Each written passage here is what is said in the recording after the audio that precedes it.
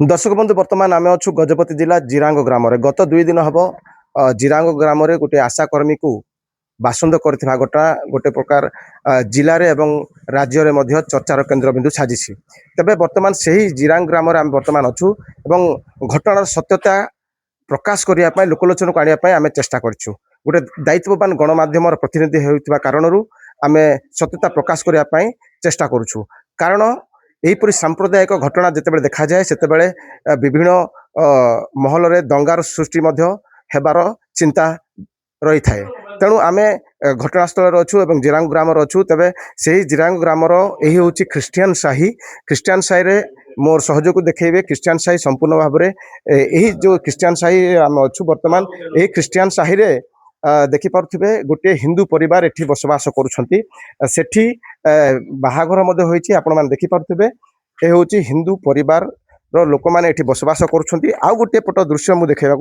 चाहिए ताहा हूँ चर्च आउ से चर्च रे लोक मैंने एटी ख्रीस्टियान संप्रदाय लोक मैंने सेवा उपासना करें तेबे आम कि प्रतिक्रिया नापी चेष्टा करवा जो मैंने यही ख्रीस्टियान साहि हिंदू संप्रदाय लोक मैंने बसवास कर प्रतिक्रिया रही कौन रही पचारि बुझा भाई आप नाम कौन?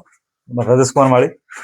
अच्छा आपणकर यही जिरांग रोचे ख्रीस्टियान साहि रोचे कौन किसी असुविधा रोचे कि मुझे जन्म होगी 29 वर्ष है रोचे ये। हाँ समस्ते ये भाईचारा माने रहू ये। अच्छा गोटे अभियोग आसूची कि गोटे जिरांग ग्राम आशाकर्मी माँ आपण मान पाखु आसंती आसंती तेबे किसी समस्या से मानको नहीं ना किसी गोटे बासंद भाया गोटे संगीन आरोप मध्य से करूछंती सेमती किसी समस्या देखा देछि सेमती किछि हेनी।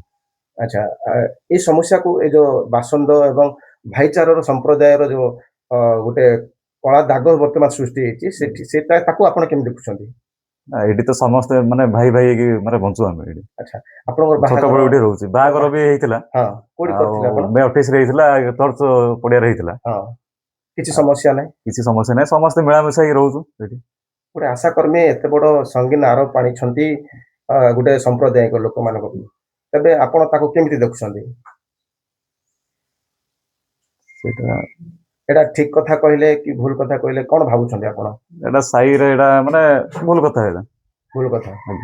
अच्छा वर्तमान आपण खुशी रे अछंती भलो रे खुशी रे अछु समस्त मिला मिसा ही अछु। अच्छा तेबे आपण कोन उपदेश देबा पय चाहेबे कोन वार्ता देबा पय चाहेबे लोक मान को जो माने भाईचारा रो गोटे सुंदर बंधुत्व को नष्ट करने प्रयास कर ये जिनसा तो करवाटा ठीक नहीं।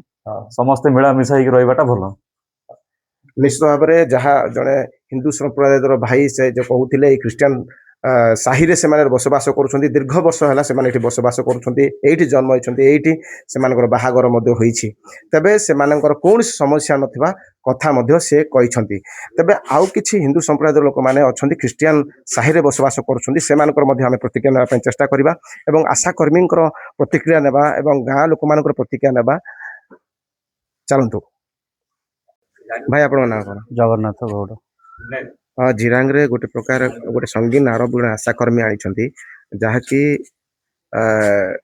गोटे बंधुत्वर वार्ता नष्ट करने चेष्टा कर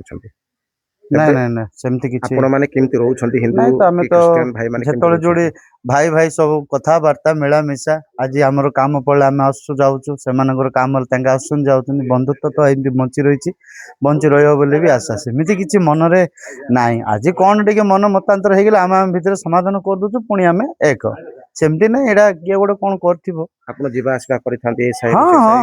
रेगुलर रेगुलर सब ना सेमती किसी असुविधा नहीं। ख्रीस्टियान सारे बासंद भाया संगीन आरोप गोटे आनी ए विषय को आप केमती देखुछंती? ना ना तो सेमती किसी आम आज पर्यटन जानिनु जदि किए करिथिबो मु से विषय कहीं जानिनी किछि उद्देश्य हाँ किछि माने एमती भटकीबा पई भी लोक अछंती आज्ञा आजिकल तो साहाय्य करिवार कम किंतु खाली फसाई देवा पे बहुत अछंती आज्ञा। हां सेमती किछि नाही आज्ञा आमे बंधुत्व बजाय रखीचु बजाय रहिबो मध्यटा सेमती किछि नाही हम तो गोटे गाँ रो पिला भलिया गोटे माँ गोटे बापा भलिया हम बंची आसु आगुरु बापा जेजे बापा अमलरू एटा आजिकल रो किछि अछंती जोड़ा कि सृष्टि करिया पई विभिन्न प्रकार भ्रांत धारणा। हाँ सेमती किछि ना। भाई आपन नाम को? मो ना सुमन माली आज्ञा। आपण कोन करूछंती? मु जिरांग पोस्ट ऑफिस रे मेल डिलीवरी काम करछि। आपनकर धर्म? ଖ୍ରୀଷ୍ଟିଆନ ଆଜ୍ଞା। ଆଚ୍ଛା ଆପଣ ଜଣେ ଖ୍ରୀଷ୍ଟିଆନ ସମ୍ପ୍ରଦାୟର ଲୋକ ହିନ୍ଦୁ ସମ୍ପ୍ରଦାୟର ଲୋକମାନଙ୍କୁ ଯାଇକରି ସେବା ଦିଅନ୍ତି ହଁ ତେବେ ଆପଣଙ୍କର ଖ୍ରୀଷ୍ଟିଆନ ସମ୍ପ୍ରଦାୟର ଲୋକମାନେ ଆପଣଙ୍କୁ କେବେ ବାରଣ କରିଛନ୍ତି କି ବାସନ୍ଦ କରିଛନ୍ତି କି ଏମିତି କିଛି ଘଟଣା ଆପଣଙ୍କ ଜୀବନରେ ଘଟିଛି କି?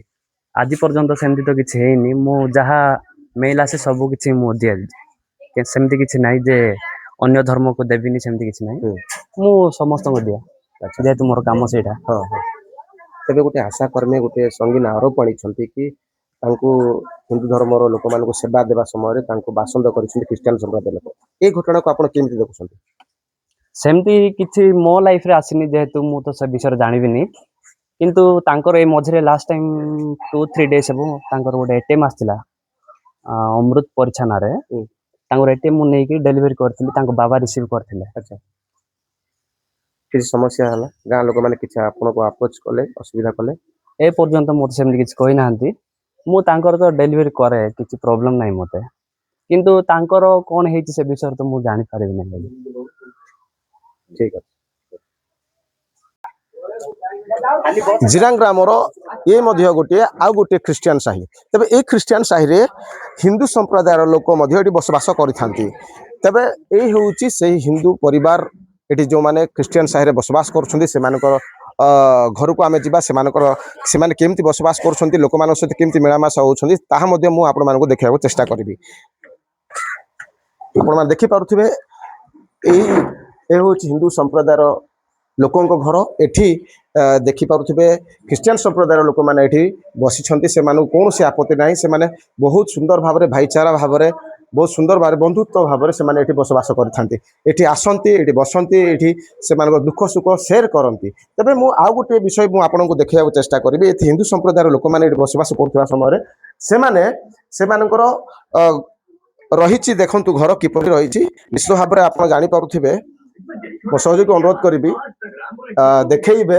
ଏ ହେଉଛି ସେମାନଙ୍କର ଯେଉଁ ହିନ୍ଦୁ ସମ୍ପ୍ରଦାୟର ପରିବାର ଏଠି ବସବାସ କରନ୍ତି ତାଙ୍କର ଏହା ହେଉଛି ପୂଜା ଘର। ନିଶ୍ଚିତ ଭାବରେ ଆପଣ ଦେଖିପାରୁଥିବେ ପୂଜା ଘର। ଏଇ ପୂଜା ଘରରେ ସେମାନେ ପୂଜା ପ୍ରାର୍ଥନା କରିଥାନ୍ତି। ତେବେ ତା ସହିତ ଏଠି କୋଉଠି ନା କୋଉଠି ମଣିଷ ପଣିଆ ରହିଛି। ତେବେ ଏଠି ବିଭିନ୍ନ ସମ୍ପ୍ରଦାୟର ଲୋକମାନେ ଆସନ୍ତି, ଏଠି ବସବାସ କରନ୍ତି ଏବଂ ସମ୍ପ୍ରଦାୟର ଲୋକମାନେ ଏଠି ବସବାସ କରନ୍ତି ଏବଂ ସେମାନଙ୍କର ଦୁଃଖ ସୁଖ ସେୟାର କରନ୍ତି। ସେମାନଙ୍କଠାରେ କୋଉଠି ନା କୋଉଠି ମାନବିକତା ରହିଛି। ତେବେ ଏ ପରିବାରର ସଦସ୍ୟ ଆମ ସହିତ ଅଛନ୍ତି, ତାଙ୍କ ସହିତ ଆମେ ଆଲୋଚନା କରିବା। ଭାଇ ଆପଣଙ୍କ ନାମ? ମୋର ସଚ୍ଚିଦାନନ୍ଦ ଜେନା। କୋଉ ଧର୍ମରୁ ଆପଣ ବିଲଙ୍ଗ? ହିନ୍ଦୁ ଆସି ହରିଜନ। ଆଚ୍ଛା ତେବେ ହିନ୍ଦୁ ଏବଂ ଖ୍ରୀଷ୍ଟିଆନ ଦେଖିପାରୁଥିବେ, ଆମେ ଦେଖୁଛୁ କି ଖ୍ରୀଷ୍ଟିଆନ ଲୋକମାନେ ବି ଆପଣଙ୍କ ଘରକୁ ଆସନ୍ତି। କେମିତି ଏଇଠି ସମ୍ଭବପର ହେଇପାରୁଛି? ଭଲ ସମ୍ପର୍କ ଅଛି ଆମ ଖ୍ରୀଷ୍ଟିଆନ, କିଛି ଫିଲିଙ୍ଗସ୍ କିଛି ହେଇନି। ଆମ ଦୁଃଖ ସୁଖ ସେମାନେ ସାହାଯ୍ୟ କରନ୍ତି ଆମକୁ, ଆମେ ତାଙ୍କୁ ସାହାଯ୍ୟ କରୁ। ଆପଣ ବର୍ତ୍ତମାନ ଦେଖିପାରୁଥିବେ କି ଜିରାଙ୍ଗ ଗ୍ରାମରେ ଗୋଟେ ଆଶା କର୍ମୀ ଗୋଟେ ବଡ଼ ସଙ୍ଗୀନ ଆରୋପ ଗୋଟେ ଆଣିଛନ୍ତି କି ତାଙ୍କୁ ବାସନ୍ଦ କରିଦେଲା, ହିନ୍ଦୁ ପରିବାରକୁ ସେବା ଦେବାକୁ ଯାଇକି ତାଙ୍କୁ ବାସନ୍ଦ କରାଯାଇଥିବା ଘଟଣାକୁ ଆପଣ କେମିତି ଦେଖୁଛନ୍ତି? ଆମକୁ ସେଭଳି କିଛି ବ୍ୟବହାର ଦେଖେଇନାହାନ୍ତି ଆଜି ପର୍ଯ୍ୟନ୍ତ। ଭଲ ବ୍ୟବହାର ଦେଖାଇଛନ୍ତି, ଆମେ ଭଲ ବ୍ୟବହାର ଦେଖାଆସୁଛୁ। ଆଚ୍ଛା ଯୋଉ ଆଶା କର୍ମୀ ଗୋଟେ ଆରୋପ ଆଣିଛନ୍ତି କି ଖ୍ରୀଷ୍ଟିଆନ ସମ୍ପ୍ରଦାୟର ଲୋକମାନଙ୍କୁ, ଏ କଥାକୁ ଆପଣ କେମିତି ଦେଖୁଛନ୍ତି? ମୋତେ ତ ବିଶ୍ୱାସ ଲାଗୁନି ଏଭଳିଆ ସେମାନେ କରିଥିବେ ବୋଲିକି। ଏବେ ପର୍ଯ୍ୟନ୍ତ ଆମେ 30 ବର୍ଷ ହେଲା ହିନ୍ଦୁ ଅଛୁ, ଆମକୁ ଭଲ ବ୍ୟବହାର ଦେଖି ଆସନ୍ତି। ଆପଣଙ୍କ ଘରକୁ ଖ୍ରୀଷ୍ଟିଆନ ଲୋକମାନେ ଆସନ୍ତି? ଅଛନ୍ତି ଦେଖିପାରିବେ। କିଛି ଅସୁବିଧା ନାହିଁ? ନା ନା ନା, ଆଜି ପର୍ଯ୍ୟନ୍ତ ଆମକୁ ସେମିତି ବ୍ୟବହାର ଦେଖେଇନାହାନ୍ତି, ଭଲ ସମ୍ପର୍କ ଅଛି। ତେବେ ଦେଖିପାରୁଥିବେ ଜଣେ ହିନ୍ଦୁ ସମ୍ପ୍ରଦାୟର ଭାଇ, ସେ ତାଙ୍କ ଘରକୁ ଖ୍ରୀଷ୍ଟିଆନ ସମ୍ପ୍ରଦାୟର ଲୋକମାନେ ବି ଆସନ୍ତି, ବସନ୍ତି, ସେମାନଙ୍କର ଦୁଃଖ ସୁଖ ସେମାନଙ୍କ ସହିତ ବାଣ୍ଟନ୍ତି। ତେବେ ଯେଉଁ ଆଶାକର୍ମୀ ଯେଉଁ ସଙ୍ଗୀନ ଆରୋପ ଆଣିଛନ୍ତି ତାକୁ ନିଶ୍ଚିତ ଭାବରେ ଆପଣମାନେ ଜାଣିପାରୁଥିବେ ଜିରାଙ୍ଗ ଗ୍ରାମରେ କି ପ୍ରକାର ଭାବରେ ଏଠି ଭାଇଚାରାର ସମ୍ପର୍କରେ ସେମାନେ ରହିଛନ୍ତି, ବନ୍ଧୁତ୍ୱର ଭାବରେ ସେମାନେ ରହିଛନ୍ତି, ତାହା ତ ନିଶ୍ଚିତ ଭାବରେ ଆପଣମାନେ ବୁଝିପାରୁଥିବେ। ନିଶ୍ଚିତ ଭାବରେ ଆମେ ଚେଷ୍ଟା କରିବୁ ଆଶା କର୍ମୀଙ୍କର ମଧ୍ୟ ମତ ନେବା ପାଇଁ। ତାପରେ ଆମେ ସମ୍ପୃକ୍ତ ଆଶାକର୍ମୀ ଠାରୁ ମତ ନେଲା ପରେ ନିଶ୍ଚିତ ଭାବରେ ଆପଣମାନେ ସତ୍ୟତା ବୁଝିପାରିବେ।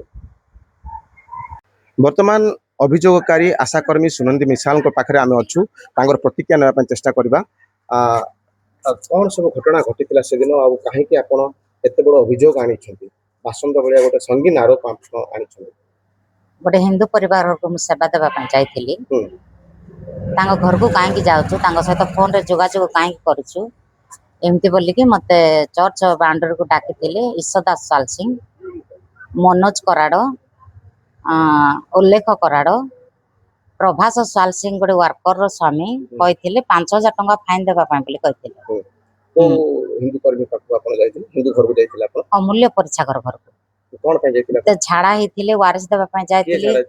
ସେ ଅମୂଲ୍ୟ ପରିଛା ୱାରେସ ଦେବା ପାଇଁ ଗଲି, ମେଟ୍ରୋ ଦେଲି, ଆଉ କେମିତି ପିଇବା ପାଇଁ ୱାରେସ ଫେଣ୍ଟିକି ବି ଦେଲି।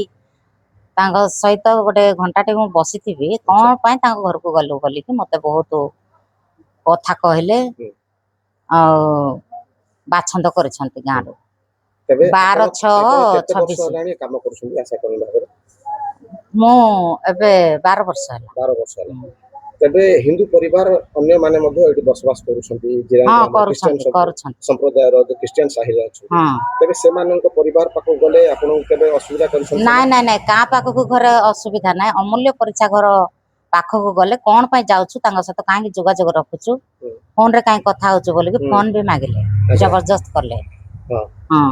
ଯୋଉମାନଙ୍କର ନାମ ଆପଣ ନେଲେ ସେମାନେ ମଣ୍ଡଳୀରେ ତ ଆପଣ ଅନ୍ତର ବୋଲି କହୁଛନ୍ତି, ଯାହାକି ବାସନ୍ଦ କଥା କହୁଛନ୍ତି, ତେବେ ସେମାନେ କଣ ମୁଖ୍ୟ କର୍ମକର୍ତ୍ତା ଅଛନ୍ତି କି ନା କମିଟିରେ ଅଛନ୍ତି? ସେ ଈଶ୍ୱରଦାସ ସ୍ୱାଲ ସିଂ ଅଡିଟର ଅଛି, ଜଣେ ଡିକନ ଅଛି। ସେମାନଙ୍କ ହାତରେ ସେ ପାୱାର ଅଛି କି ଯେ ଆପଣ କଣ କି ସେଟା ତ ଆପଣ ସେଟା ବୁଝିବେ, ମୁଁ ସେଟା ଜାଣିପାରିବିନି। ଆପଣ ଆଗ ବୁଝିବେ। ମୋର ସ୍ୱାମୀ କଣ ସମ୍ପାଦକ କଣ ପାଳକ ସହିତ କଥା ହେଇକି 5,000 ଟଙ୍କା ଫାଇନ ବି ଦେଲେ, ରସିଦ ବି ଦେଲେ, କିନ୍ତୁ ଆମକୁ ମଣ୍ଡଳୀରେ ଭୁକ୍ତ କରିନାହାନ୍ତି ଏବେ ପର୍ଯ୍ୟନ୍ତ। କଣ ଦାନ ପୁଣ୍ୟ ମାଗିଲେ ବି ମାଗୁନାହାନ୍ତି, କଣ ଭୋଜି ଭାତ ହେଲେ ବି ଆମକୁ ଡାକୁନାହାନ୍ତି। କଣ ସେ ଭୋଜି ଭାତ କିଛି ନାହିଁ, କାରଣ ସାହି ପଡିଶା ରହୁଛୁ। ଅନ୍ୟମାନେ ହିନ୍ଦୁ ପରିବାର ବି ବସବାସ କରୁଛନ୍ତି, ସେମାନଙ୍କ ଘରକୁ ଗଲେ କିଛି ଅସୁବିଧା ହଉନି, ଖାଲି ଗୋଟିଏ ପରିବାର ଗଲେ ଅସୁବିଧା ହଉଛି। ତାକୁ ନେଇକରି ଆପଣଙ୍କର କଣ ହେଇଥାଇପାରେ ବୋଲି ଭାବୁଛନ୍ତି? କଣ ହେଇଛି ମୁଁ ଜାଣିନି। ଯିଏ 4 ଜଣ ହିଁ ଏମିତି ଘାଣ୍ଟୁଛନ୍ତି। ମେନ୍ ହେଇଛି ଈଶ୍ୱରଦାସ ସ୍ୱାଲ ସିଂ। ନାଇଁ ସେମାନେ ମଣ୍ଡଳୀ ଯେତେବେଳେ ଆପଣଙ୍କୁ ଅନ୍ତର କଲା କି ମଣ୍ଡଳୀ ନାଇଁ ଏ 4 ଜଣ ଲୋକ ହିଁ ଏମିତି କରୁଛନ୍ତି। ଗାଁରେ 4 ଜଣ ତ ମଣ୍ଡଳୀ ନୁହନ୍ତି କି? ମଣ୍ଡଳୀ ଗାଁର ଲୋକ ପରା ତାଙ୍କେ ଗାଁରୁ ବାଛନ୍ଦ କରୁନାହାନ୍ତି ଆପଣଙ୍କୁ? ନାଇଁ ଗାଁରୁ ବାଛନ୍ଦ ହେଲେ ଗାଁ ଲୋକ କଣ ପାଇଁ ହେଲେ କଥା ହେବା ପାଇଁ ନାରାଜ? କଣ ଭୋଜି ଭାତ କଣ ପାଇଁ ଡାକୁନାହାନ୍ତି? ଭୋଜି ହେଲେ ଗାଁର ନା ଆଉ ବାହାର, ସେ 4 ଜଣ ହିଁ ଗାଁ ଲୋକକୁ ବୁଝଉଛନ୍ତି। 4 ଜଣ ହିଁ ଗାଁ ଲୋକକୁ ପୁରା ଏକଜୁଟ କରୁଛନ୍ତି। ଦର୍ଶକବନ୍ଧୁ, ଗଜପତି ଜିଲ୍ଲା ଜିରାଙ୍ଗ ଗ୍ରାମରେ ଆଶାକର୍ମୀ ଗୋଟିଏ ବଡ଼ ସଙ୍ଗୀନ ଆରୋପ ଆଣିଥିଲେ, ବାସନ୍ଦ ଭଳି ସଙ୍ଗୀନ ଆରୋପ ଆଣିଥିଲେ। ଏବଂ ଯେତେବେଳେ ଜିରାଙ୍ଗ ଗ୍ରାମରେ ଆମେ ପହଞ୍ଚିଥିଲୁ, ସେତେବେଳେ ଦେଖିବାକୁ ମିଳିଥିଲା କି ଜିରାଙ୍ଗ ଗ୍ରାମରେ ବସବାସ କରୁଥିବା ଖ୍ରୀଷ୍ଟିଆନ ସମ୍ପ୍ରଦାୟର ଲୋକମାନଙ୍କର ସାହିରେ ହିନ୍ଦୁ ସମ୍ପ୍ରଦାୟର ଲୋକମାନେ ମଧ୍ୟ ବସବାସ କରନ୍ତି। ଏବଂ ସେମାନଙ୍କୁ ଯେତେବେଳେ ଆମେ ପଚାରି ବୁଝିଥିଲୁ, ସେମାନଙ୍କୁ କୌଣସି ଅସୁବିଧା ନଥିବା କଥା ମଧ୍ୟ ସେମାନେ କ୍ୟାମେରା ଆଗରେ କହିଥିଲେ।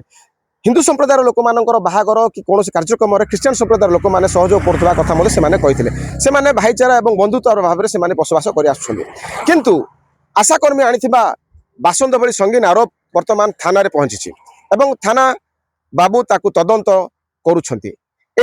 ଏହାକୁ ଭିତ୍ତି କରି ଉଭୟ ପାର୍ଶ୍ୱରେ ଥାନାର ଦ୍ୱାରସ୍ଥ ଅଛନ୍ତି ଏବଂ ସତ୍ୟତା ନିଶ୍ଚିତ ଭାବରେ ସାମ୍ନାକୁ ଆସିବ। ଯେତେବେଳେ ଥାନା ବାବୁ ନିଶ୍ଚିତ ଭାବରେ ସତ୍ୟତା ଯେତେବେଳେ ତଦନ୍ତ ସରିବ, ନିଶ୍ଚିତ ଭାବରେ ସତ୍ୟତା ସାମ୍ନାକୁ ଆସିବ। ଜିରାଙ୍ଗ ଗ୍ରାମରୁ ଅଲିନ ପାଙ୍ଗ ରିପୋର୍ଟ, MBC TV।